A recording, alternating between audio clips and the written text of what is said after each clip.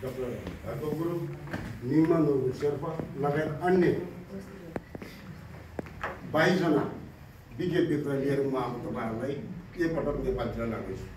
म सबभन्दा पहिले म यहाँ ब्रसेलबाट काठमाडौँबाट 24 जनाको आत्मसहित हामीहरू अहिले हामी नेपालको जाँदैछौँ। यो 1.5 घण्टाको बाटो हो र चाहिँ सुदूरपश्चिममा पर्ने नेपालगञ्जबाट तपाईँको शुक्लफाटा राष्ट्रिय निकुञ्ज भन्ने छ, कञ्चनपुर जिल्लामा पर्दछ। त्यो चाहिँ एउटा ऐतिहासिक क्षेत्र हो। डाक्टर चन्द्र गुरुङले पनि असाध्यै मन पराएको क्षेत्र हो त्यो क्षेत्र। म उहाँहरूको आत्मालाई लिएर अहिले कञ्चनपुरको तपाईँको चाहिँ शुक्लफाटा राष्ट्रिय निकुञ्जमा तपाईँलाई भ्रमण गराएँ। टाइम कम भएनाले म त कम मात्रै ल्याइदिएको छु। अहिले तपाईँको चाहिँ शुक्लफाटा चाहिँ आर्थिक क्षेत्रबाट के अरे राष्ट्रिय निकुञ्जबाट अहिले हामी अभिनम्बी संरक्षण क्षेत्र भन्ने छ तपाईँको चाहिँ बाजुरा अभिनम्बी चाहिँ अहिले भर्खरै चाहिँ स्थापना 2010 मा स्थापना भएको चाहिँ समय मैले त्यहाँ गएँ तपाईँहरूले कर्णाली प्रदेशमा। त्यसपछि छेउमा छ खप्तर चाहिँ राष्ट्रिय निकुञ्ज जुन कि अहिले खप्तर बाबु नामबाट पर्छ। अब हाम्रो चाहिँ कर्णाली प्रदेशको भ्रमण सिद्धि हो। अब म तपाईँहरूले के अरे सुदूरपश्चिम अब म तपाईँलाई फेरि कर्णाली प्रदेशमा लाँदैछु। कर्णाली प्रदेशमा तब 2टा राष्ट्रिय निकुञ्ज छ त्यहाँ। एउटा रारण चाहिँ राष्ट्रिय निकुञ्ज, एउटा चाहिँ सेभ फक्सिङको राष्ट्रिय निकुञ्ज। म तपाईँहरूलाई त्यहाँ भ्रमण गर्न चाहेँ।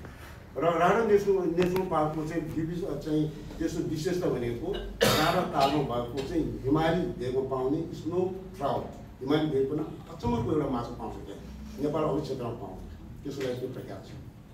अहिले कर्णाली प्रदेशको त्यो चाहिँ 2टा चाहिँ निकुञ्ज क्षेत्र पनि मैले उहाँलाई भ्रमण चाहिँ सिद्ध्याएँ। अब म चाहिँ लुम्बिनी चाहिँ प्रदेशमा जाँदैछु।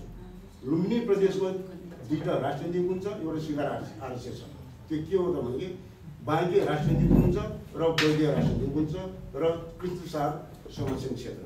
कृष्णसार संरक्षण क्षेत्र यो अर्थमा चाहिँ महत्त्वपूर्ण छ कि त्यहाँ चाहिँ तपाईँको कृष्णसार मृग कुनै समय 9वटा मात्र बाँकी थियो र यो चाहिँ अहिले चाहिँ त्यसको संरक्षण क्षेत्रले अहिले 20वटासम्म सङ्ख्या पुगेको छ। लुम्बिनी प्रदेशमै सिद्धियो। अब हामी कहाँ जाँदैछौँ भन्दाखेरि गण्डकी प्रदेशमा हामी आउँदैछौँ। गण्डकी प्रदेशमा अहिले यो चाहिँ के भन्छ ढोरपाटन शिकार आरक्ष छ। त्यो चाहिँ एउटा गण्डकी प्रदेशमा म्याग्दी जिल्ला पर्ने र बागलुङ र चाहिँ पूर्वी रुकुम चाहिँ तपाईँको लुम्बिनी प्रदेशमा पर्दछ। त्यो नेपालको एक मात्र शिकार आरक्ष हो। यो अति महँगो, त्यहाँ चाहिँ एउटा शिकार गर्नलाई $2000 लाग्छ त्यहाँ शिकार गर्नलाई, नेपालको एउटा आम्दानीको स्रोत हो। र अब म ढोरपाटनबाट म अब चाहिँ गण्डकी प्रदेशलाई अन्नपूर्ण संरक्षण क्षेत्रमा, अन्नपूर्ण संरक्षण क्षेत्रको चाहिँ संस्थापक चाहिँ डाइरेक्टर मिङ्गो नोर्बु शेर्पा, उहाँले चाहिँ के भन्छ चाहिँ एडमन्ड हिलारीले स्थापना गरेको चाहिँ सोलुखुम्बुमा त्यो स्कुलको पहिलो विद्यार्थी हो। उहाँले त्यही स्कुलबाट पास गरेर उहाँले न्युजिल्यान्डबाट चाहिँ ग्रेजुएट गर्नुभयो वन विषयमा र सगरमाथा राष्ट्रिय निकुञ्जको पहिलो रेन्जर र पहिलो चाहिँ वार्डन पनि हो। र त्यहाँबाट उहाँले चाहिँ क्यानाडाबाट चाहिँ मास्टर डिग्री गर्नुभएको चाहिँ नेचरल रिसोर्स म्यानेजमेन्ट। उहाँ चाहिँ एटिआपको चाहिँ पहिलो डाइरेक्टर, उहाँको पछि डाक्टर चन्द्र दोस्रो डाइरेक्टर हुनुभएको। उहाँको बिचमा एकदम राम्रो केमिस्ट्री थियो संरक्षण क्षेत्र अन्नपूर्ण क्षेत्रको लागि। म अब चाहिँ एटिआपको छेउमा आउँछ हाम्रो मनास ठुलो चाहिँ संरक्षण क्षेत्र। मनास संरक्षण क्षेत्र तपाईँ गोर्खा जिल्लामा पर्छ र त्यो चाहिँ हाम्रो चाहिँ यो गण्डकी प्रदेशमा 2टा चाहिँ संरक्षण क्षेत्र छ, राष्ट्रिय निकुञ्ज छैन। मैले यसमा के व्याख्या गर्न चाहेँ भन्दाखेरि मिङ्गो नोर्बु शेर्पा चाहिँ राष्ट्रिय निकुञ्ज ओरिएन्टेड थियो, बढी चाहिँ कडाको साथ चाहिँ संरक्षण गर्नुपर्छ भन्ने पक्षधर थिए। डाक्टर चन्द्र होइन, हामीले समुदायले सँगसँगै लगाएर संरक्षण गर्नुपर्छ, राष्ट्रिय निकुञ्जतिर हामी जानु हुँदैन। राष्ट्रिय निकुञ्ज गयो भने त्यहाँको स्थानीयहरूको हक अधिकार धेरै कमजोर हुन्छ। यो चाहिँ चितवन नेसनल पार्कलाई हेरेको छ। गण्डकी प्रदेशमा अहिलेसम्म राष्ट्रिय निकुञ्ज छैन। अब हामी गयौँ कहाँ भन्दाखेरि मध्यमा चाहिँ अब म बागमतीमा गएँ। बागमती प्रदेशमा चाहिँ एउटा चाहिँ चितवन राष्ट्रिय निकुञ्ज, दक्षिणमा उत्तरमा चाहिँ लाङटाङ राष्ट्रिय निकुञ्ज, अनि चाहिँ गौरीशङ्कर संरक्षण क्षेत्र, अनि चाहिँ तपाईँको नागार्जुन चाहिँ शिवपुरी नागार्जुन चाहिँ राष्ट्रिय निकुञ्ज भन्ने छ। भने बागमती प्रदेशमा एउटा संरक्षण क्षेत्र, 3वटा राष्ट्रिय निकुञ्ज मैले यहाँ डाक्टर साहबहरूलाई घुमाएँ। अब म मध्य प्रदेशमा गएँ डाक्टर साहबहरूलाई लिएर, उहाँको आत्मालाई लिएर। मध्य प्रदेशमा तपाईको पर्सा राष्ट्रिय निकुञ्ज र उता चाहिँ सप्तरी र चाहिँ फेरि तपाईको सुनसरी जिल्लामा पर्ने चाहिँ तपाईको कोसीटोपु वन्यजन्तु आरक्ष भनिन्छ। वन्यजन्तु आरक्ष कोसीटोपु यो आफ्नो महत्त्वपूर्ण छ कि त्यहाँ जङ्गली भैँसी आड्न पाउने नेपालको त्यो मात्रै एउटा क्षेत्र हो र चाहिँ तपाईको सुनसरी सिरा र चाहिँ सप्तरी र चाहिँ तपाईको त्यहाँको भैँसीहरू ल्याएर त्यहाँबाट ब्रिडिङ गर्ने चाहिँ काम गर्छ। त्यहाँ त्यो भैँसीलाई हेर्न गयो भने तपाईँ 200 मिटर टाढोबाट हेर्नुपर्ने त्यो भैँसी अति डरलाग्दो हुन्छ। त्यो चाम्पिने भैँसी होइन।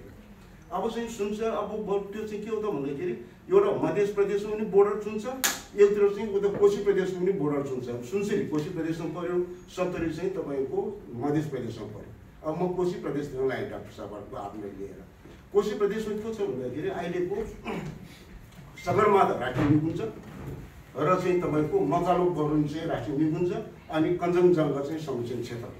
कञ्चनजङ्घा संरक्षण क्षेत्र यो अर्थमा महत्त्वपूर्ण छ कि यो नेपालको पहिलो समुदायलाई हस्तान्तरण गरेर त्यो संरक्षण चाहिँ पूर्ण रूपमा त्यहाँको समुदायलाई नै चलाउने भन्ने अर्थमा चाहिँ पहिलो संरक्षण क्षेत्र।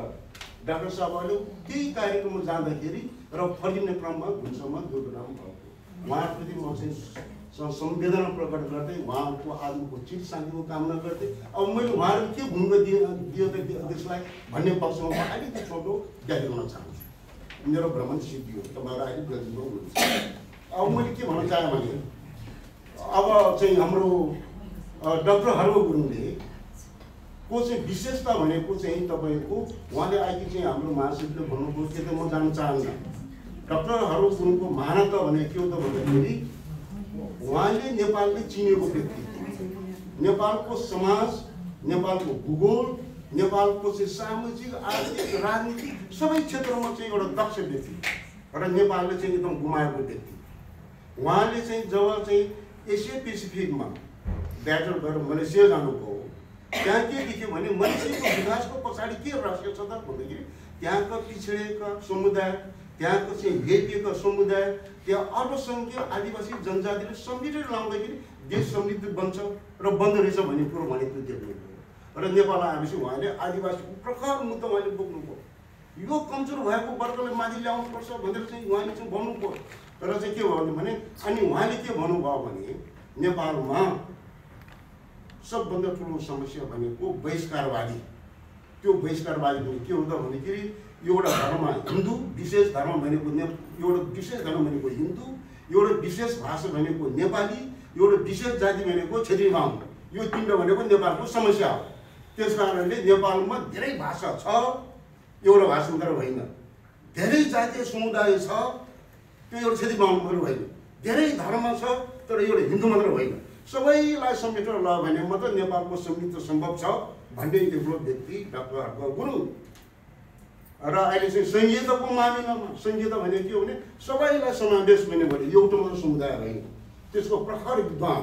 तर हाम्रो दुर्भाग्य के हो भने संहिताको मुखमा पुग्ने बेलामा उहाँको यो दुर्घटनाले हामीले चाहिँ धेरै हाम्रो आदिवासी जनजातिको अभिभावक हामीले गुमायौँ।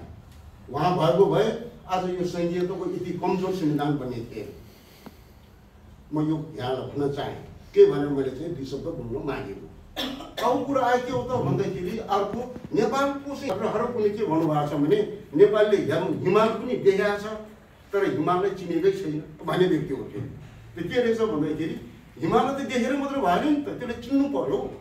त्यो चिन्नु भनेको त्यहाँको भाषा, संस्कृति, त्यहाँको समुदाय कसरी बसिरहेको छ प्रकृतिसँग भन्ने कुरो त जोड्नु पर्यो नि त। त्यस कारणले हामीले चाहिँ डाक्टर चन्द्र चाहिँ गुरुङको मोडल अन्नपूर्ण कन्जर्भेसन एरियामा जब उहाँ डाइरेक्टर हुनुभयो, उहाँले चाहिँ एकामको वरिपरि बस्ने मनाङ र मुस्ताङ र चाहिँ कास्की र लमजुङ म्यागी 5वटा जिल्लाको समुदायलाई, खास गरी गुरुङ, मगर र चाहिँ त्यहाँको थकाली समुदायलाई चाहिँ त्यहाँको प्रकृतिसँग जोडेर एउटा चाहिँ इको टुरिज्म, उहाँ इको टुरिज्ममा अत्यन्त विद्वान व्यक्ति हो डाक्टर चन्द्र प्रसाद गुरुङ। उहाँले त्यसरी जोड्दाखेरि के भयो त भन्दाखेरि नेपालमा एउटा उखान छ, मैले पढाएको थिएँ, प्याडी एन्ड पोभर्टी गो टुगेदर। धान र चाहिँ गरिबी सँगसँगै जान्छ कि भन्ने कुरो चाहिँ मैले सुनेको थिएँ एउटा विद्वानले। जहाँ धान खेती हुन्छ त्यहाँ मान्छे गरिब छ क्या। चितवनले आफूले धनी नसोचे हुन्छ, त्यो झापाले आफूले चाहिँ धनी नसोचे। जहाँ धान खेती सबभन्दा बढी विदेश चाहिँ त्यहीँको मान्छे गएको छ। अनि चाहिँ मनाङ र मुस्ताङमा त 200-300 जना मात्र मान्छे विदेश गएको छ। त्यो हिमाली क्षेत्रमा मान्छे एकदम धनी छ। त्यो कसरी रहेछ भन्दाखेरि पर्यटनसँग जोडेर हाम्रो दिदीबहिनीलाई आफूले सारेर संरक्षण गरेर अहिले 1000 भन्दा बढी होटल र चाहिँ होमस्टे 1 लाखभन्दा बढी मान्छेको रोजगारी र अरबौं रुपियाँको चाहिँ आम्दानीको केन्द्र अन्नपूर्ण क्षेत्र because this is the impact of तपाईँको कन्जर्भेसन नेचरल चाहिँ कम्युनिटीसँग बेस भयो। त्यही भएर चाहिँ के भनेको छ भन्दाखेरि तपाईँको चाहिँ यो संरक्षणलाई हामीले चान्सुने हिसाबले हेर्नुहुन्न र डाक्टर हरव गुरुङले फेरि म एकपल्ट गएँ। उहाँले चाहिँ टोनी हेगन चाहिँ स्विस जियोग्राफर 1950 में नेपालको सबभन्दा चाहिँ बढी भ्रमण गरेको व्यक्ति, भ्रमण मात्र गर्नु भएन, एउटा नेपाललाई चिनेको व्यक्ति पनि हो उहाँले धेरै आर्टिकलहरू लेख्नुभयो, विश्वलाई चिनाउनु भयो नेपाललाई। नेपाल त्यतिबेला एकदमै गरिबीको अवस्थामा, नेपालले नेपाल पनि नपुगेको अवस्थामा, नेपाल गर्न जानलाई नेपालको मान्छे इन्डिया भएर जानु पर्थ्यो, त्यहाँ कुनै बाटै थिएन। त्यो अवस्थामा घुमेर पनि 14,000 किलोमिटर घुम्नुभएको छ टोनी हेगनले। तर 14,000 को 28,000 चाहिँ किलोमिटर त हाम्रै डाक्टर हार्टले घुम्यो नि त। तर त्यहाँको यहाँको यो देशको बहिष्कारवादी मान्छेले त्यो भन्न चाहन्न। उहाँले आफ्नो किताब द बिगनेस अफ नेपाल चाहिँ शब्दचित्रमा नेपाल र मैले देखेको नेपाल भन्ने किताबमा त्यो व्याख्या दिइरहेको छ। उहाँ चाहिँ योजनाविद पनि हो। उहाँले 7 वर्ष नेपालमा योजना चाहिँ विदको आधारमा पहिले योजनाको चाहिँ आएको सदस्य, पछि चाहिँ उपाध्यक्ष पनि हुनुभयो। देशको चाहिँ यो 5 विकास क्षेत्रको मोडेल डाक्टर हरव गुरुङले ल्याएको विकेन्द्रीकरणको सिद्धान्त र चाहिँ नेपालको यति विद्वान चाहिँ थियो भने, राष्ट्रिय सम्पत्ति थियो भने डाक्टर हरव गुरुङ थियो। त्यस्तो व्यक्ति हामीले गुमायौँ। त्यही भएर हामी यहाँ चाहिँ उहाँहरूलाई सम्मान गरे। त्यसै हामी चान्सुने व्यक्तिलाई सम्मान गर्दैछौँ। हामी पनि बडा चाहिँ भाग्य माने कि हामीले यसरी चाहिँ भन्न पाएका छौँ, बोल्न पाएका छौँ र तपाईँले सुन्नु पनि पाउनु भएको छ। यो मैले पनि त्यो शब्द बोल्न पाएको छु। त्यो के हो त भन्दाखेरि हामीले जान्नुपर्छ, हामीले बुझ्नुपर्छ, बोल्नुपर्छ। आज मलाई गर्व के लाग्यो भने हाम्रो हम सिक्लेस पार्टी कल्याण कोषको चाहिँ उपाध्यक्षले जिताउनु यति राम्रोसँग व्याख्या गर्नु म गर्व लाग्यो। र हाम्रो महासचिव उमा गुरुङले व्याख्या गर्नुभयो, अध्यक्षज्यूले बोल्नुभयो, यति राम्रोसँग बोल्नुभयो। सबै आफूले बोल्नुपर्छ भन्ने मेरो चाहिँ राय छ। र अरू कुरोमा के भने डाक्टर हरव गुरुङले तपाईँको यत्रो भ्रमण गरेर पोखरालाई टोनी हेगनले के भनेको थियो भने यो चाहिँ काठमाडौँ जस्तै एउटा ताल तैलियाबाट बनेको सहर हो पोखरा भनेर भनेको थियो। उहाँले चुनौती नो, यो होइन। काठमाडौँ चाहिँ तपाईँको ताल तैलियाबाट बनेको सहर भने पोखरा चाहिँ तपाईँको उहाँको चाहिँ पिएचडी चाहिँ पोखरा भ्याली जियोग्राफिकल सर्वे भन्ने चाहिँ विषयमा उहाँले पिएचडी गर्नुभयो। र तपाईँ के गर्नुभयो भने पोखरा तपाईँको चाहिँ ताल तैलियाबाट बनाएको होइन, हिमालको ग्लेसियरबाट हिम नदी फुटेर बनेको सहर हो यो भनेर उहाँले चुनौती दिनुभएको छ उहाँ आफ्नो सर्वेमा। त्यस्तो खालको व्यक्ति पहिलो व्यक्ति डाक्टर हरव गुरुङ, तर हामीले नचिनेको व्यक्ति डाक्टर हरव गुरुङ। मैले यो कुरो भन्दैछु। अनि अरू कुरो के आयो त भन्दाखेरि डाक्टर गुरुङले चाहिँ के भन्नुभयो भने अन्तर्राष्ट्रिय जगतमा नेपाललाई चिनाउनलाई उहाँले चाहिँ 19 भन्दा बढी चाहिँ किताब लेख्नु भएको छ अङ्ग्रेजीमा। 600 भन्दा बढी नेपालको सत्तापक्षले त्यसलाई लिन चाहन्न, किनभने हामी सबैलाई समेटेर देश विकास होस् भन्ने चाहन्न। अस्ति भर्खरको घटना हेरेको हुन्छ, कोही अहङ्कारी, त्यो अहङ्कारीले गर्दाखेरि 72 जना हाम्रो चाहिँ निर्दोष व्यक्तिहरूको चाहिँ युवाहरूको जान गयो। हाम्रो सत्तापक्ष कस्तो छ त्यसलाई हेरे पुग्छ। तर यो हाम्रो आदिवासी जनजातिको चाहिँ महान नेताहरू, देशको नेताहरू डाक्टर हरव गुरुङ, डाक्टर चन्द्र गुरुङ र यो निगमबन्धु विषयमा हामी आदिवासीको संरक्षणविद थिए।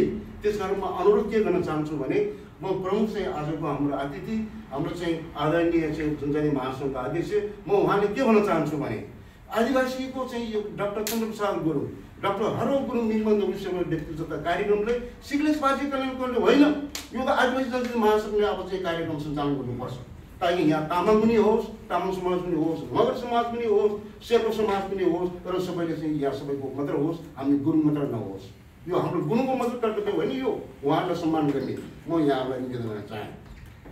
र डाक्टर चन्द्रप्रसाद गुरुङले तपाईँको एउटा सिक्लेसमा जन्मेको जुन बेला उहाँले पढ्ने बेलामा उहाँ जेन्जी अवस्थामा, अहिलेको जेन्जी भन्ने चलन छ नि, उहाँको जेन्जी अवस्था यस्तो खालको जेन्जीहरू उहाँहरू त एउटा 26 वर्षमा पिएचडी गर्ने डाक्टर चाहिँ हरव गुरुङ जेन्जी, त्यत्रो छोटो उमेरमा चाहिँ यो सिक्लेसको चाहिँ उहाँको पालोमा 1 क्लासदेखि 5 क्लाससम्म त एउटै क्लासमा बसेर चाहिँ क्लासै नभए त्यस्तो बेलामा पढेको व्यक्तिहरू ल त्यसका जेन्जी अब त्यो निबन्धहरू शेर्पा पहिलो चाहिँ अन्नपूर्ण संस्थानको पहिलो चाहिँ डाइरेक्टर र चाहिँ WWFमा चाहिँ तपाईँको 1990 पहिलो चाहिँ तपाईँको रिप्रेजेन्टेटिभ नेपाल र भुटानको पहिलो प्रतिनिधि उहाँ पनि एउटा हिमालको चाहिँ भारी बोक्ने पोडरको छोर, त्यो पनि एउटा जेन्जी।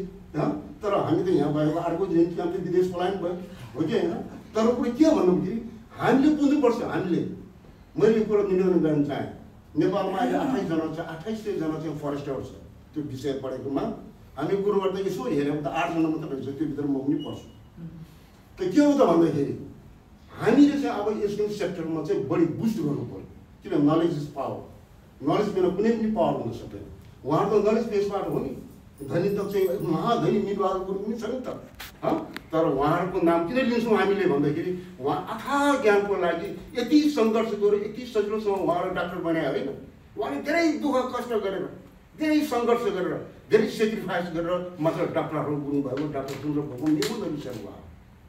त्यो चन्चुनीबाट भयो होइन। त्यसमा मैले निवेदन के गरेँ भने डाक्टर चन्द्रले चाहिँ गरेको अर्को कुरो बडा अचम्मको कुरो छ। म अघि भर्खर मात्रै मैले पढेँ। के पढ्यो भन्दाखेरि तपाईँको चाहिँ केन्याको चाहिँ नेरोबीमा संयुक्त राष्ट्रसङ्घले चाहिँ त्यहाँ एउटा चाहिँ सर्वे गरेर के हो त भन्दाखेरि विश्वमा चाहिँ भूपरिधि प्रोग्राम भन्ने चाहिँ अहिले चलिरहेको छ, चाहिँ ल्यान्डस्केप डेभलपमेन्टको लागि संरक्षणमा। यो अब राष्ट्रिय निगमको जातिले मात्र बन्दैन, प्रकृतिमा चाहिँ मानव जातिको सबभन्दा नजिकको चाहिँ समुदाय हो, सबभन्दा विकसित समुदाय भन्नाले विश्वमा रहेको जीव जन्तुहरूलाई पनि उनीहरूले एउटा आविर्भावको भावना लिएर तिनीहरूलाई मान्ने होइन, तिनीहरूलाई समस्या गरेर माया गरेर नजिकको नाता राखेर कसरी त्यसलाई अगाडि बढाउने, यो प्रकृतिलाई जोगाउने भन्ने विषयमा अहिले त चेतना भएको बेलामा डाक्टर चन्द्र गुरुङले चाहिँ तराई आर्ट ल्यान्डस्केप प्रोग्राम अथवा चाहिँ तराई भूपरिधि कार्यक्रम भनेर चाहिँ गर्यो। त्यो कहाँ भन्दाखेरि त्यसको पूर्वको सिमाना चाहिँ बागमती नदी, पश्चिममा चाहिँ इन्डियाको यमुना नदी, त्यो बिचको भूभागलाई म चाहिँ हाम्रो नेपालमा चाहिँ वर्षा राष्ट्रिय निकुञ्ज छ, चितवन राष्ट्रिय निकुञ्ज छ, त्यहाँबाट एकैचोटि गएपछि उता बाँकी राष्ट्रिय निकुञ्ज छ, त्यसपछि बर्दिया राष्ट्रिय निकुञ्ज छ, त्यसपछि शुक्लफाटा चाहिँ संरक्षण क्षेत्र, त्यसपछि त्यो मात्र बाँकी छ। बिचबाटमा सबै गाउँै गाउँ छ, बस्ती छ भनेपछि अब कहाँबाट यो जीव जन्तु चाहिँ एक आपसबाट महेन्द्र राजमार्ग छ तराईमा, मान्छे त महेन्द्र राजमार्गबाट हिँड्ने भयो, बाघ र बालु त चाहिँ बाघमा आएर हिँड्ने कुरो त भएन नि, उसलाई हिँड्ने त जङ्गलै चाहियो, त्यसलाई भन्छ बालीजीको कोरिडोर। सरकारले त्यो जोड दिएर त्यो योजना बनाएर तपाईँको ठुलो राशि चाहिँ सहयोग गर्यो र नेपालको चाहिँ राष्ट्रिय निकुञ्ज, भू तर संरक्षण बागवानी संरक्षण क्षेत्र, तपाईँको विभिन्न अन्तर्राष्ट्रिय सङ्घ संस्थाहरू खास गरी WWF र स्थानीय समुदाय जोडेर यो बागमती क्षेत्रबाट चाहिँ यमुना नदीको इन्डियाको क्षेत्र पनि पर्छ, त्यो बिचको चाहिँ 5 लाख चाहिँ घर धुरीहरूलाई अहिले चाहिँ तपाईँको आर्थिक रूपमा चाहिँ विकासले के कारणले एउटा इको टुरिज्म पर्यटन विकास, एउटा चाहिँ त्यहाँको सामुदायिक वनको चाहिँ विकासले गर्दाखेरि यति विकासले विश्वभरि त्यसलाई छोड गर्दाखेरि नेपाल पनि परेछ क्या। हामी 7औँवटा चाहिँ अचम्मको चाहिँ त्यो सफलतामा नेपाल पनि चुनियो। कहाँ भन्दाखेरि हाम्रो तराईको चाहिँ भूप्रति कसले लागु गर्यो भने डाक्टर चन्द्र गुरुङले लागु गरेर, म त्यसमा गर्व गर्छु। र अहिले चाहिँ केन्याको नेरोबीमा हाम्रो वन मन्त्री चाहिँ पुरस्कार थाप्न जाँदैछ, उहाँ बोलाएर ल हेर्नुहोस् 2001 मा गरेको पुरस्कार अहिले पाइरहेको छ। ल हेर्नुहोस् पुरस्कार थाप्ने को छ, हाम्रो अनुरोध गएको छैन, अर्कै ओलीको अनुरोध गएको छ फेरि होइन। त्यस कारण के छ भन्दाखेरि हामी आफूले गर्नु पऱ्यो। अब हेर्नु डाक्टर चन्द्रलाई म यो अर्थमा सम्मान गर्छु, उहाँले आफू मात्र बाँचेन, धेरै मान्छेले बचायो, धेरै मान्छेले बचायो। त्यही भएको हुनाले अहिले चाहिँ तपाईँको धनगढीको चाहिँ जोशीपुर भन्ने ठाउँमा नेपालमा 22,000 सामुदायिक वन छ, 22,000 सामुदायिक वन। त्यो 22,000 सामुदायिक वनमा तपाईँको धनगढीको जोशीपुर भन्ने एउटा चाहिँ गाउँपालिका छ। त्यो गाउँपालिकाले के गरेको भन्दाखेरि आफ्नो सामुदायिक वनको नाम यस्तो महान व्यक्ति हामीले चाहिँ सहयोग गरेको भनेर चाहिँ त्यो गाउँ त्यो चाहिँ जोशीपुरको चाहिँ सामुदायिक वनको नाम डाक्टर चन्द्र गुरुङ सामुदायिक वनबाट नामाकरण गरियो। त्यो बेला त्यो हामीलाई थाहा छैन, तर त्यहाँको मलाई चिन्यो। धनगढी कहाँ पर्छ भने कैलाली जिल्लामा पर्छ, जुन यो कैलाली कञ्चनपुर बाँकी बर्दिया नयाँ मुलुक जङ्गबहादुर लिएर आएको त्यो जिल्ला हो। त्यो ठाउँमा सुदूरपश्चिममा अहिले अर्को कुरा डाक्टर हारो गुरुङले चाहिँ हिमालप्रतिको यति श्रद्धा र यति नामकरण सबभन्दा पहिलो व्यक्ति डाक्टर हारो गुरुङ र आफ्नै लमजुङकोबाट आफ्नो गाउँको पारीदेखि नै गाँधी हिमाललाई नेपाल सरकारले उहाँको सम्मानमा त्यो गाँधी हिमालको नाम डाक्टर हारो गुरुङ हिमाल भनेर नामकरण गर्यो। त्यो कुरा हामीले किन नभन्ने, त्यो छुट्टी लगाएर मैले भन्दै थिएँ। यदि भन्दै मैले यहाँहरूलाई यी महान व्यक्तिले साँच्चीको महान थिए, उहाँलाई चाहिँ हार्दिक संवेदना र सङ्ग्राम दिँदै मेरो विशुद्ध